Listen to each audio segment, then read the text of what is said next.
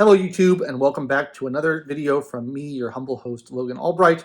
And today I want to do something a little bit different because it's the last week in September. It's coming up on October, and October is my favorite month. Halloween is my favorite holiday, and I always try to do something a little bit special for this month. In previous years, I've done a lot of like top 5 ghost stories, top 5 spooky stories, lots of lists of scary books to read over the course of the month of October. But I'm kind of running low on those. I don't have too many more horror short stories to recommend or too many more horror novels to recommend. So what I thought I'd do this month was go out into a used bookstore and buy a bunch of those, those great like 1980s horror paperbacks with the cheesy covers and the over-the-top spines and titles and stuff. Those are really, trashy books, but they're fun and they're kind of forgotten about.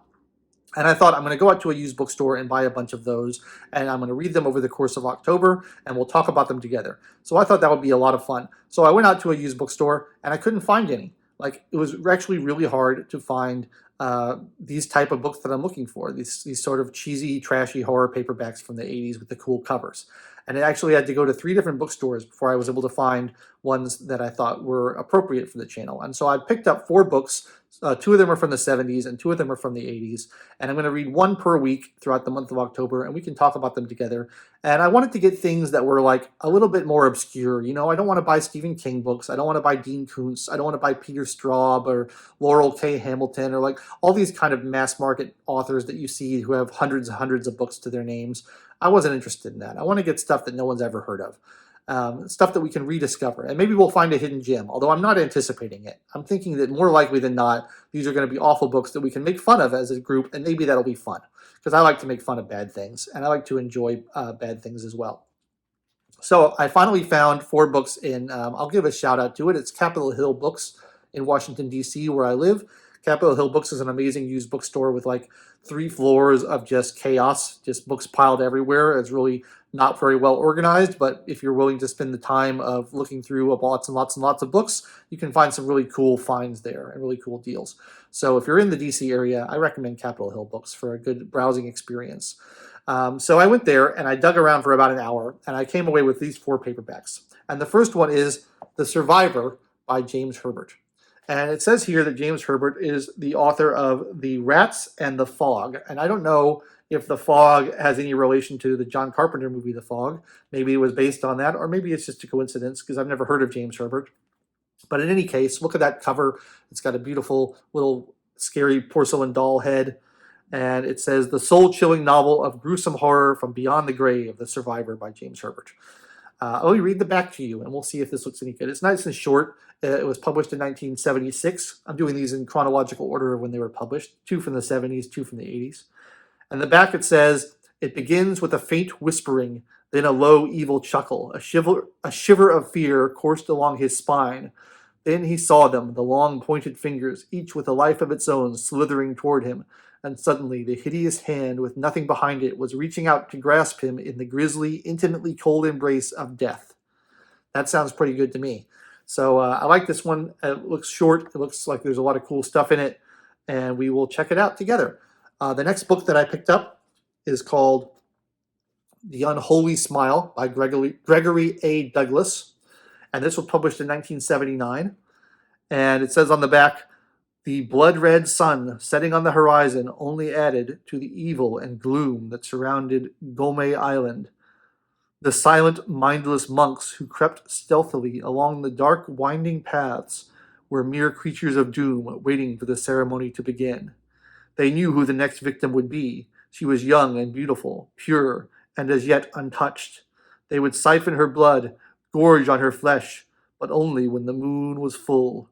Only after the sacrifice had been made, only after the devil's work was done.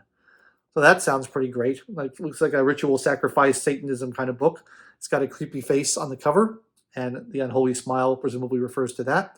So that looks like a lot of fun too. The third book, and this one looks particularly ridiculous. I'm excited for this. Published in 1982, The Nestling by Charles L. Grant. And look at that evil bird on the cover. Now, I don't know who you are. I mean, Hitchcock made it work. Hitchcock made a movie called The Birds that was pretty scary. But I don't find birds very scary. And I don't think, like, This is going to be about a monster chicken or something. It's not going to be scary.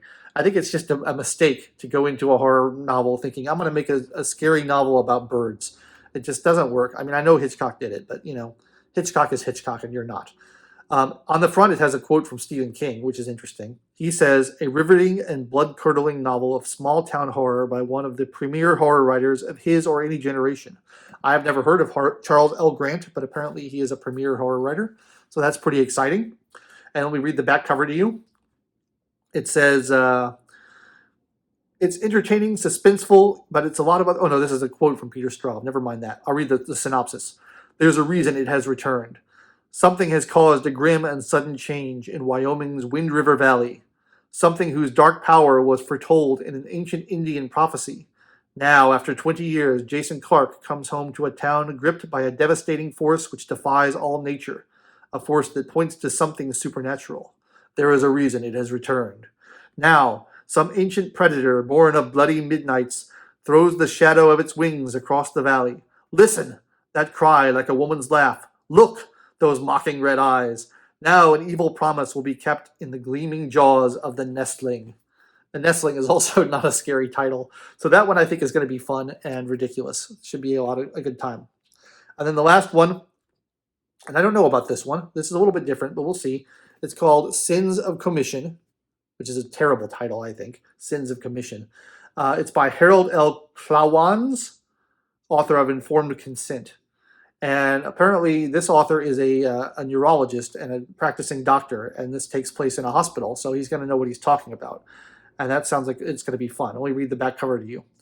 One by one, the patients were dying in agonized convulsions that made death even crueler than nature intended. Step by step, the terror spread until no one in Chicago's Austin Flint Medical Center could feel safe from danger or suspicion. The police were stymied. The hospital was paralyzed, and only brilliant oddball Dr. Paul Richardson and a beautiful medical student he knew he should not be involved with could follow a trail that led through a labyrinth of laboratory secrets and human shame to the shattering truth about a medical evil that was turning a prestigious hospital into a horrifying arena of intensive fear. The young, beautiful medical student with the old crusty detective is going to be pretty funny. But yeah, I'm looking forward to the medical accuracy in this because the writer was a practicing doctor. So that should be a lot of fun. So I hope this was also written in 1982, by the way, I wanted to mention. So I hope you will join me throughout the month of October as I read these 4 books one at a time, and we can see if they're any good. And maybe we'll find a classic that has been lost to time, and maybe we'll find some ridiculously bad writing that we can make fun of, which is always fun to do. In any case, I think it'll be a spooky good time, and I hope you'll join me. I also have a couple of other videos planned for the month, so I'll probably, pepper in a few things apart from my usual weekly upload, and hopefully that'll be entertaining to you. In any case, that's what I have to say about my book haul today, and I'll see you next week when we can get started. Thanks so much for watching. I've been Logan Albright.